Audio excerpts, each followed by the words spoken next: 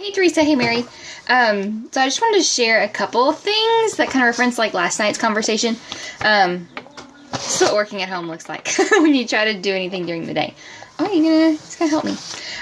First, like I'm a very what I would have loved in the beginning is someone like to give me just like a to-do list, like just to start. Like I feel like starting was like I made it like this really overwhelming thing. Like I did a lot of like training and I was like, okay, I did a bunch of training now.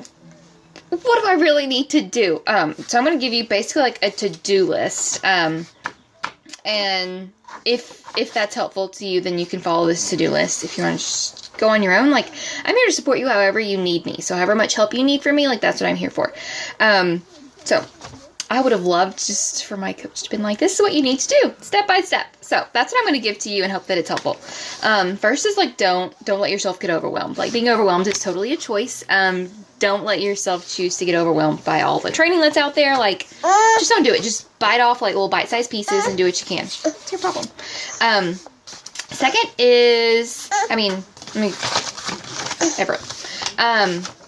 really the key to this business, like it's not hard. The key is just to do some small things consistently. And I think that's why I've done so well, is I do just a couple things consistently every day, even when I don't feel like it, even when my kids are like in my way. I just do a few things consistently. And so I'm kind of share what those are as far as your to-do list. First, if you haven't already, pick a program. I think it's really important to do Beachbody programs like start to finish. So if you want to play around with Beachbody on demand right now while it's new, like you can totally do that. But when we're starting our next challenge group, please don't click that. April 6th, we are doing team-wide challenge groups. A little different than we did last year. Last year, every coach was expected, or like maybe coaches would partner up 2 or 3 people and host their own challenge groups. But this year we're doing a team-wide challenge group on our challenge tracker app. I still have a Facebook, I call it challenge group, but I treat it more like just a customer group. And when you start having your own customers, you're welcome to just put them in there. I post like 2 or 3 times a week. I don't post daily anymore. Primarily, like we do the team-wide group, and that's really it. Like we kind of rotate like 2 or 3 coaches that lead that each month. And the reason we did that is to save time. So you're not having to create content for your own challenge group. You don't have to spend as much time running it and tracking it. And it gives you more time to focus on those vital behaviors, more time for inviting. So that starts April 6th. So I would definitely have a program picked out to start then. And really focus, like give it all you got. I'm just going to be honest. Give it all you got. Follow the meal plan. Like, it'd be awesome if you had a transformation at the end of that you could share, like just being proof the product works, like showing people that these products really work, that at-home workouts work. I think that's one of the things like people really respond to like Transformation Tuesdays. I just think they're silly. I still am like, ugh, I've posted so many of these, but like people really respond to those. So, having a transformation to share. Start thinking of writing your, like introductory, like I am a coach post, like something to share on social media. I primarily use Facebook. I do post on Instagram too. But something you can share on Facebook saying, hey, I'm a coach. And I think it goes best if you share part of your why, like why you feel called to coach, and share like what your goals are for the business. And at the include an invitation to the April challenge group at the end of that. And I just encourage you to be vulnerable. Like people respond to real people. Like they need to know you're a person, that you're not just in this to make a quick buck, because this is not that business at all. So share your why, like put yourself out there. For me, that was hard because I'm an introvert and I'm shy and generally pretty private. So for me, that's been like a hard thing to do, is to put myself out there, but you have to do it. It's uncomfortable. Next thing is start posting on social media like 3 to 4 times a day. Now, this sounded so overwhelming. This sounded like so much.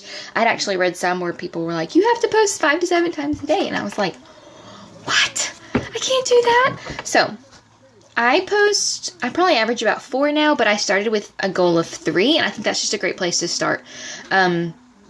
Because I don't think either of you are like crazy active on social media. So you're probably where I was like, I thought I was doing pretty good with 1 post a day.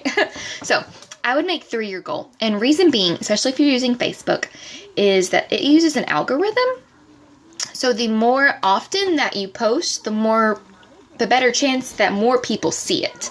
It's going to show up in more news feed. So you have to be frequent and be present for it to actually even have a chance of anybody seeing it. So that's the reason we say that. And also it just shows people like more aspects of your life. Like if you just got on every morning and posted a picture of your Shakeology, that's all you posted, like people would just tune you out. So you have to show your life too.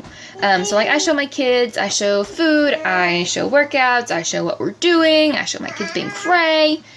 Mom struggles, church stuff, like, I let people see, just like a overall look at my life. So of those, like, 3 posts a day, just one of those really needs to be health, fitness, beach body related. Like, you don't have to be posting about beach body all day, every day. Like, people are gonna get sick of you.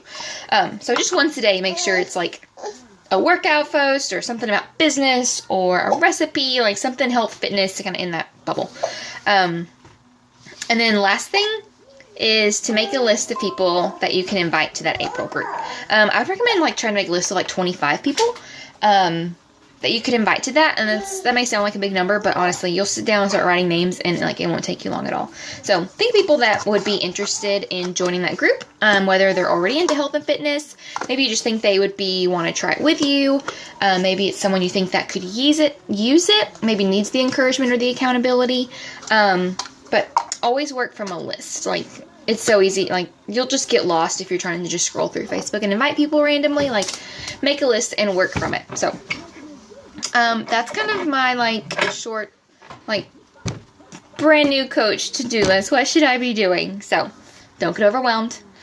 Pick a program. We start our next group April 6th. Write your I am a coach announcement. And I'm more than happy to proofread that, guys. Like, I still get some coaches like to proofread mine because I always miss typos. Like, I just miss them. So, and I help all my coaches write their first couple posts. So, happy to do that. Please send it to me. Happy to.